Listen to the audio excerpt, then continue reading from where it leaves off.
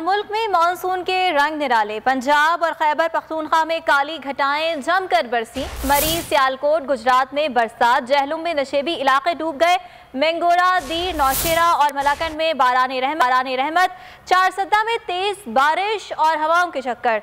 दरियाए स्वात में नहाने पर पाबंदी आयद कर दी गई। मुजफ्फराबाद, वादी नीलम, जहलुम में भी बादल जमकर बरसे।